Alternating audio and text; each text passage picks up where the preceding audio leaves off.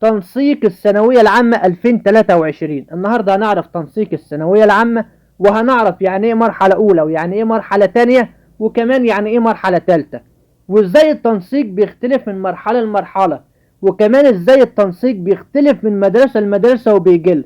وآخر معلومة هنعرفها، هل طلاب الملاحق ينفع يدخلوا ثانوي عام ولا لا؟ فركز معايا في الفيديو كويس جدا. الفيديو ده هتلاقي فيه الخلاصة، بدل ما تروح تسأل المدرسين وتدور في جوجل وتدور في اليوتيوب وتبقى حيران، مرة تشوفوا التنسيق عالي ومرة تشوفوا واطي، مرة تشوفوا قليل مرة تشوفوا كتير وحيران. فركز معايا في الفيديو، ركز كويس جدا عشان هديكوا الخلاصة. لو انت بقى اول مرة تشوف القناة، ما تنساش تعمل لايك للفيديو، هتلاقي اللايك تحت عشان زمالك يستفادوا، واعمل اشتراك في القناة عشان هيفوتك كتير جدا على التنسيق لو انت مش مشترك في القناة. ويلا مع بعض نعرف كل المعلومات دي. اول حاجة، تنسيق الثانوية العامة 2023. عشان تبقى عارف كده وباختصار ان تنسيق الثانوية العامة 2023 لسه ما ظهرش. تنسيق الثانوية العامة 2023 بيظهر بعد نتيجة الترم الثاني عشان يعملوا احصائيات ويطلعوا لك التنسيق. لكن اللي انت شايفه قدامك دلوقتي ده توقعات. دي ايه ده؟ التنسيق ده واي تنسيق على اليوتيوب او جوجل ده توقعات، يعني ده توقعات تنسيق الثانويه العامه 2023. يلا نشوف التنسيق ونشوف الدنيا بتاعته ماشيه ازاي. اول حاجه عشان تبقى عارف ان التوقعات دي مش بتختلف كتير، نادرا اللي اختلفت في درجتين او ثلاثه. يلا مع بعض. اول حاجه محافظه القاهره. محافظه القاهره خدت من 240. طب 240 ده كلام نهائي؟ لا مش كلام نهائي. مش هي خدت من 240 ده كلام نهائي، لا. ده تنسيق المرحلة الأولى. التنسيق اللي انت شايفه قدامك ده تنسيق المرحلة الأولى للقبول بالصف الأول الثانوي. أول مرحلة دي المرحلة الأولى 240. يعني انت لسه عندك مرحلة أولى وعندك تانية وعندك تالتة. عندك بقى محافظة الجيزة. الجيزة خدت من 220. هل ده كلام نهائي برضو؟ لا، ده مرحلة أولى، ده مش كلام نهائي، يعني لسه الكلام الجاي بعدين، أنا فهمك الدنيا بعدين، اصبر معايا في الفيديو كويس. بعد كده الإسكندرية 225، البحيرة 235، كفر الشيخ 242، الشرقية 230، الغربية 230. وزي ما قلت ده كلام مش نهائي، ما تخليش قلبك يجع ولا حاجة. سوهاج 235، جنة 244، الأقصر 227، أسوان 215، دمياط 235، بورسعيد 235، إسماعيلية 225. كده احنا عرفنا التنسيق بشكل عام. تعال بقى فهمك الدنيا ماشية ازاي. قدامنا مثال حي لمحافظة المنيا، يا ريت تركزوا معايا كويس في الحتة دي. فركز.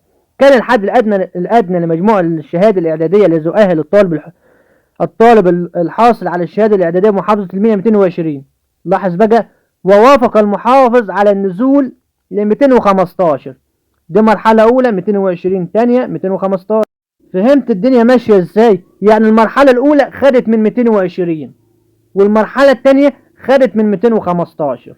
هتقولي طب عادي ممكن ما تنزلش مرحلة تانية، هقولك لا، لازم تنزل مرحلة تانية. وبعد كده المرحلة التالتة، شوف بقى هينزل قد ايه. وافق المحافظ برضه النزول بمجموع القبول ببعض المدارس ل 215، من 215 ل 212. يعني مرحلة أولى 220، مرحلة تانية 215، مرحلة تالتة 213. شوف نزل 8 درجات. شوف عرفت بقى مرحلة أولى وتانية وتالتة بينزل بينزل بينزل. حلو الكلام. كده احنا فهمنا موضوع المراحل ده. يعني المرحلة الأولى بيديك تنسيق، وبعد كده بينزل للتانية، وبعد كده بينزل للتالتة. لازم ينزل للتانية، لكن موضوع ان ينزل للتالتة ده بينزل بس مش في بعض المدارس. المدارس لما بتعوز طلاب بتطلب مرحلة تالتة، مش دايما المرحلة التالتة لكن دايما المرحلة التانية. فهمت الدنيا ماشية ازاي؟ يبقى مرحلة اولى وتانية وتالتة. الاولى بيبقى تنسيق عالي، التانية بينزل شوية، التالتة بينزل خالص. وده تكملة التنسيق عشان ما عرضناهاش كله في اول الفيديو.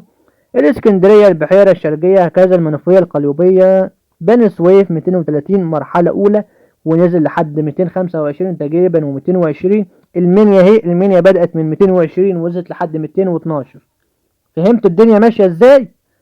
نيجي بقى لحاجة مهمة تاني. التنسيق بيختلف من مدرسة لمدرسة. تنسيق المدرسة اللي انت هتدخلها غير تنسيق المدرسة التانية. يعني مثلا لو عندك في المحافظة 30-40 مدرسة، يعني مثلا لو عندك في المحافظة فيها 30 مدرسة ثانوي عام مثلا، يعني ال30 مدرسة دول مش بياخدوا زي بعض. ممكن مدرسة تاخد من 215، مدرسة تاخد من 218، مدرسة تاخد من 220، تلاقي مدرسة في الأرياف بعيدة شوية بتاخد من 210. الموضوع كله بيعتمد على ايه؟ بيعتمد على عدد الطلاب مش اكتر، عدد الطلاب والمكان. ده برضو موقع تاني بيقول توقعات التنسيق. موقع تاني قال لك مثلا الجيزة 220، الاسكندرية 225، تقريبا شبه الموقع اللي فات، ما اختلفش عنه في التنسيق خالص. وده مرحلة أولى زي ما قلت. دي كلها مواقع بتقول توقعات، بس يعني بنسبة كبيرة اعتمد على التوقعات دي لأن مش هتختلف كتير. وما تتخضش لما تلاقي ده، لأن أي موقع بينزل لك مثلا تنسيق المرحلة الأولى بس. نادرا إن لقيت موقع بينزل لك تنسيق المرحلة التانية والتالتة. الموضوع ده بيبقى تبع المدرسة يعني مش أكتر، فممكن مواقع ما تنزلوش. حلو الكلام. يا رب تكونوا فهمتوا الدنيا ماشية ازاي. بسرعة كده، دي توقعات تنسيق 2023. عرفنا يعني ايه مرحلة أولى، ويعني ايه مرحلة تانية، ويعني ايه مرحلة تالتة. كده فهمنا الدنيا فيها ايه، وفهمنا ازاي التنسيق بيختلف من محافظة للتانية، وبيختلف من مدرسة كمان للتانية في نفس المحافظة. آخر سؤال، طلاب الملاحق ينفع يدخلوا ثانوي عام ولا لا؟ انا دورت على المعلومة دي بس ما لقيتش غير 3-4 محافظات بس اللي قالت عليها.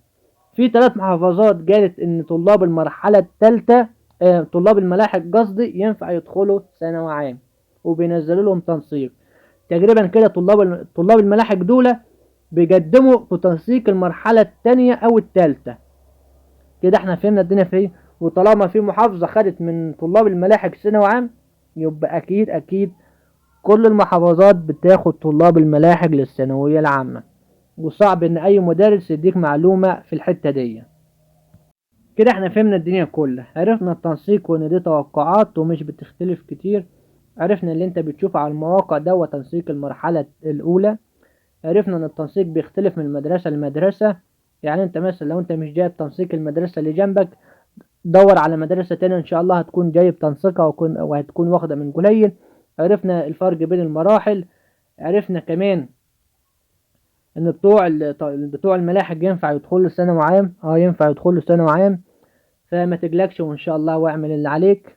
اديني جبت لك الخلاصة، ما تحاولش تتعب نفسك وتدور كتير تاني في اي مكان، عشان برضه حاسس ان لسه في طلاب متوترة وبتدور وكده. لو انت بقى مش عامل اشتراك في القناة يبقى فاتك كتير، اعمل واستناني الفيديو الجاي.